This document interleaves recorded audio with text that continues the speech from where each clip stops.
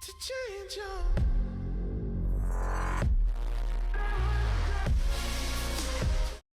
The Dagger Duchess is a new tower troop and the third variation of the traditional princess tower in Clash Royale.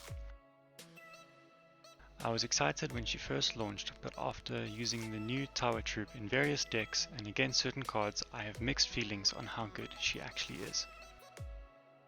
Initially, I just used a random deck and swapped the princess out for the Duchess. I was using a double prince deck with a goblin giant and some support cards, but quickly felt overwhelmed and underpowered against my opponent's deck.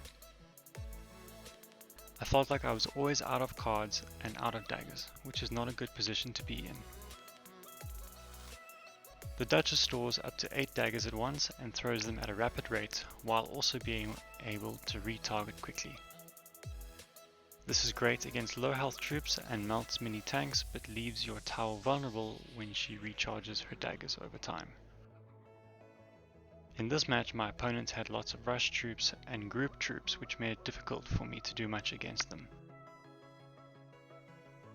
Having to keep track of my daggers for each tower and my opponents was something I was not used to.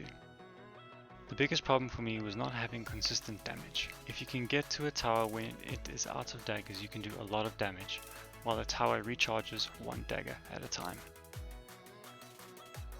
Clearly out of my depth, and with the wrong deck for the Duchess, I eventually lost this match.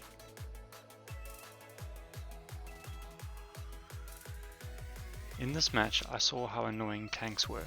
Against the Royal Giant, I had to always be ready to deal with him or take a ton of damage. I also had changed my deck for this match and tried to focus more on dealing with tanks, rushing the tower with the battling ram, and using Goblin Barrel to get the tower when it was out of daggers. This deck was a good example why it is important to have cheap spells or troops to deal with low health enemies. Not only to assist the Duchess, but to divert damage and buy time when facing zap bait decks or poke decks. When she has all her daggers, cards like the Furnace will be useless as the fire spirits do not make it to the tower. On paper, the Goblin Barrel seemed like a good idea, but I could never time it well with my opponent's towers when they had no more daggers left. The other problem with the Goblin Barrel is that the Duchess will take them out quickly. Small troops that can usually tank Princess Tower shots do not survive long against the Duchess.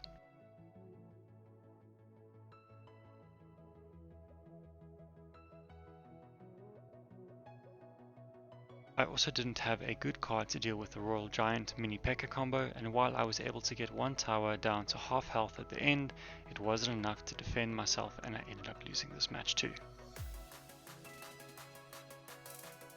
For the next match, I decided to change the deck slightly. I was still convinced that the Goblin Barrel was a good card against the Duchess.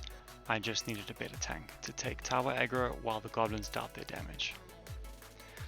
I chose to go with the Mega Knight because I thought he would be a good match all round for the types of cards I was going against. Early on, I was able to get some damage on the left tower and use the Goblin Barrel to get a few hits in. Even though the tower had some daggers, I still got good damage. My opponent was running the Royal Giant again, but I was more prepared for it and had a decent trade. The Mega Knight proved to be good against the swarm troops I was expecting to see, so I was happy about that.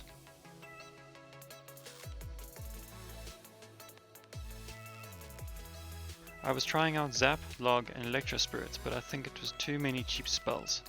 Overall they were fine for this match.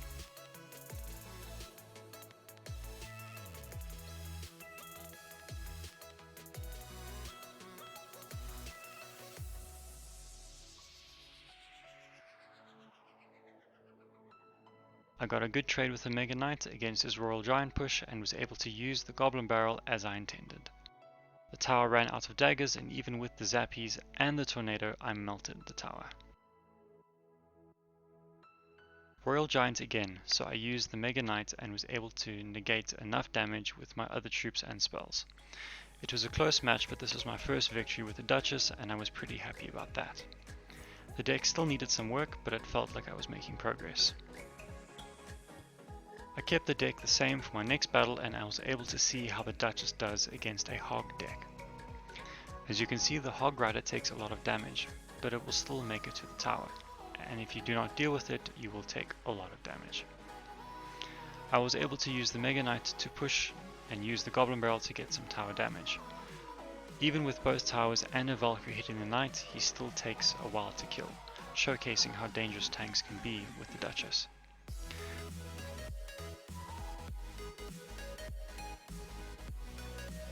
My opponent was also using a Mega Knight, so I used my small troops to bring him in the center of the arena so I can use both my towers to hit him before I countered with my own Mega Knight to finish the job before he was able to jump onto one of my towers.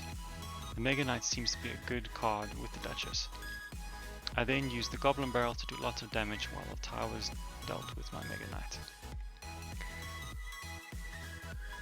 Here is another good example of how Goblin Gang can't do nearly as much damage to a tower compared to a Princess Tower.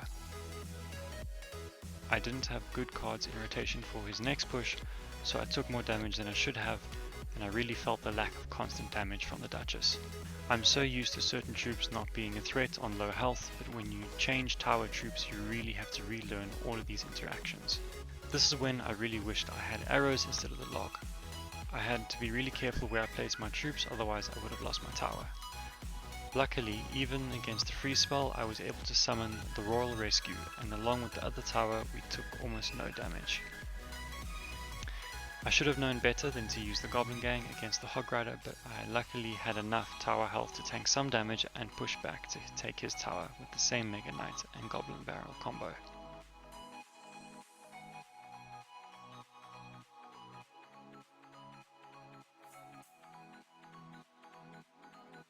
I was tired of the Mega Knight Goblin Barrel deck, so I moved over to a Hog deck to see if I could have some success using small tanks.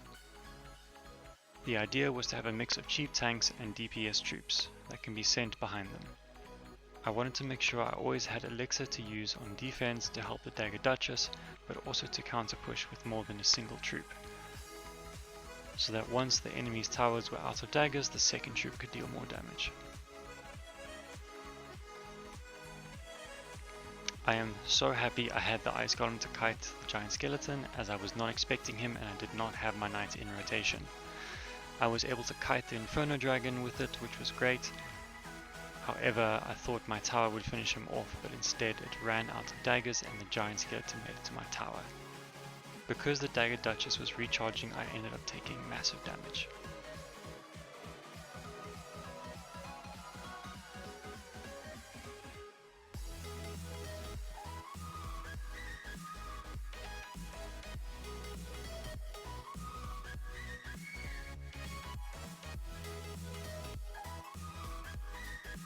I thought I would be able to aggro the giant skeleton over to the knight, but unfortunately not.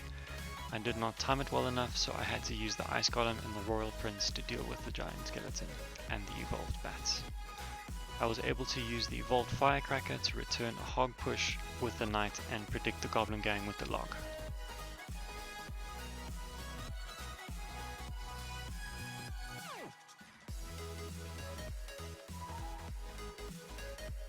After dealing with his defense, I was able to do the same push again to take the tower and win the game. For the next game, I decided to try my Double Prince deck again to see if it was just me that was bad or if it was a bad deck. And after a very well timed zap which hit absolutely nothing, I was off to a great start. Wishing I still had my zap to use against the Sparky, I opted for a snowball to hopefully push Sparky back and allow me to get some damage down before I had to deal with the counter push. I was pleasantly surprised with how much damage I got down and now had to deal with an angry Sparky and a Mega Knight. A much better timed zap allowed me to take no damage from Sparky, but I did take damage from the Mega Knight and the Royal Guards. The rest of the game was back and forth trades, making sure that I kept the zap for Sparky because my right tower would not survive a hit from her, along with experimenting with other cards like how the snowball slows down the dagger regeneration rate.